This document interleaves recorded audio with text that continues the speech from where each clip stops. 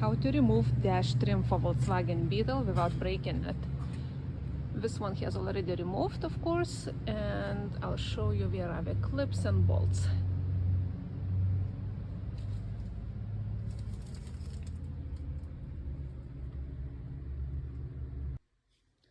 Okay, so now you see trim removed from the vehicle, and I'll show you where are the screws. So this is the 1,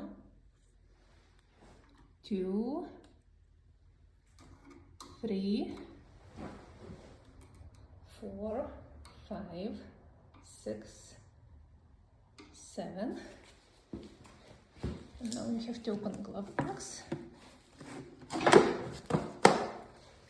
And you cannot see any screw in here.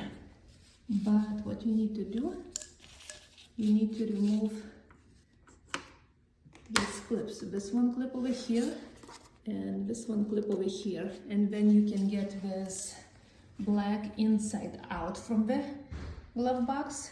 And once you have it out, there will be 2 screws on the top and 2 screws on the bottom. I'll show you on the other side. See? 1, 2, 3, 4.